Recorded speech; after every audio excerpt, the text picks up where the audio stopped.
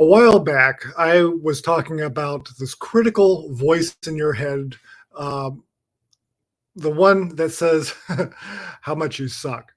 And I call this voice the judge. Now, there's nothing special about you. Everyone has the judge. And not only does this voice tell you that you're stupid or incapable or unworthy of love, it also judges other people. Your boss doesn't know what he's talking about. Your client is an idiot, and your neighbor is a dumbass. And on top of it, the judge judges everything around you. Like, you'll be happier when you get a girlfriend, or life will finally be better when I win that lottery. And if we only had that one voice in our heads, fighting back against the judge would be relatively easy. But it would just be us against the judge. But the judge doesn't fight fair. The judge has this gang of accomplice saboteurs. And today we're going to be looking at the hyper-rational. This is Mental Fitness Fridays. I'm Larry McInnes, and you are awesome. So let's do a deep dive and see if you recognize the saboteur either in yourself or someone you know. And I'm willing to bet you know someone who rationalizes everything, including relationships. And maybe this person is a bit cold, a bit standoffish, or wants you to know that he's smarter than you. Or maybe you're the one who's the know-it-all. That's the hyper-rational saboteur in your head. So who is the saboteur?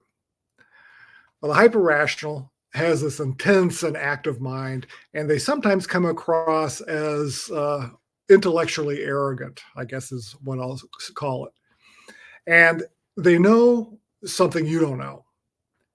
The hyper-rational is pretty private and doesn't like to show their deeper feelings. And if someone else comes up with an idea, well, that hyper-rational is highly skeptical about that idea. Now, remember, the hyper-rational saboteur wants you to think that it is you who's smarter than everyone else. And the hyper-rational is not you, but it is pulling the levers in your brain. And how do I know that the hyper-rational saboteur is running your show? Because I know your greatest strengths. You're very observant and perceptive. Your objective analysis gives you new insights and understandings. And you can concentrate on projects and get into that flow state. And you're an expert in your field. All of this is awesome. Nothing wrong with any of this. So what's the problem? Well, the problem is that the hyper-rational turns your greatest strengths into your greatest weaknesses by abusing them or overusing them. The hyper-rational makes you come across as intellectually arrogant or secretive. You'd rather stay private and not let people in on your deeper feelings. And you just rather watch the craziness around you and analyze from a distance. And you're skeptical of everybody. Now, consciously or unconsciously, the hyper-rational saboteur has this commentary running through your head. The rational mind is it. Feelings don't matter. Everyone else is crazy and sloppy. Other people's needs and feelings are just distract you from your projects, so you shut out those distractions. Knowledge, understanding, and insight are the most important things to you. And the more knowledge you have, the better off you are. And it can be really frustrating when other people get emotional around you and they're just not as rational as you. And those people, they just don't get you. Now, the hyper-rational is telling you that your rational mind is the most important thing. You have to protect it from other people's messy emotions and needs because you've got a job to do. And this kind of mindset can be a pretty difficult way to live. It limits the depth and flexibility of your relationships in work and in life because you're always analyzing people instead of just experiencing your feelings. And the hyper-rationality impacts the people around you too. Yeah, you may be smarter than the average bear, but when you analyze everybody around you, it gets a bit intimidating. So where did all this come from? Well, if you grew up in a household that was full of stress and chaos, the hyper-rational is a pretty good survival strategy. And being able to escape into the neat and orderly rational mind could have created a sense of security or a sense of intellectual superiority. Plus, you get some extra attention and praise just by showing up as the smartest person in the room. Maybe. But remember, the hyperrational saboteur neural network was already genetically and evolutionarily pre-wired into your brain.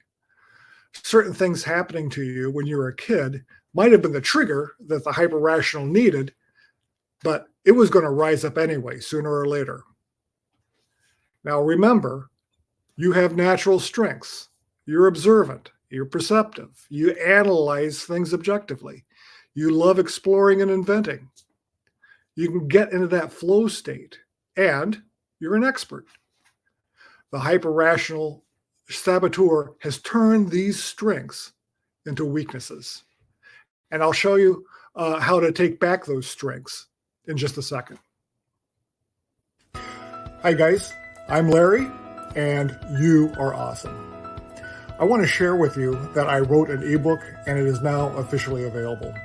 It's called Become Awesome with Science. It ties everything together that I've been talking about in one tidy package. And it explains how we forgot that we're awesome, the ways we sabotage our best efforts to live the lives we want, and how to rediscover our true awesome selves. And this is a way to boost one's peak performance, strengthens one's relationships, and improve one's mental well-being. If you'd like to purchase a copy, just tap a link in my bio or go to LarryMcInnes.com and head over to the shop tab. And with that, have an awesome day. So, how do you take back your strength from the hyper-rational saboteur? By moving from saboteur mode to sage mode. Now, along with the hyper-rational saboteur, you also have this inner wise one, this inner sage. And the sage operates with the tools empathy, curiosity, creativity, direction, and clear-headed action. Now, let's see what's in your toolbox. And I can see, work with me here, I can see you have a couple of different kinds of hammers belonging to your rational mind, and they're really useful. We're not taking those tools away. Let's see what's in your toolbox. And I can see that you have a couple different kinds of hammers belonging to your rational mind. Those are really useful tools, and we're not taking them away.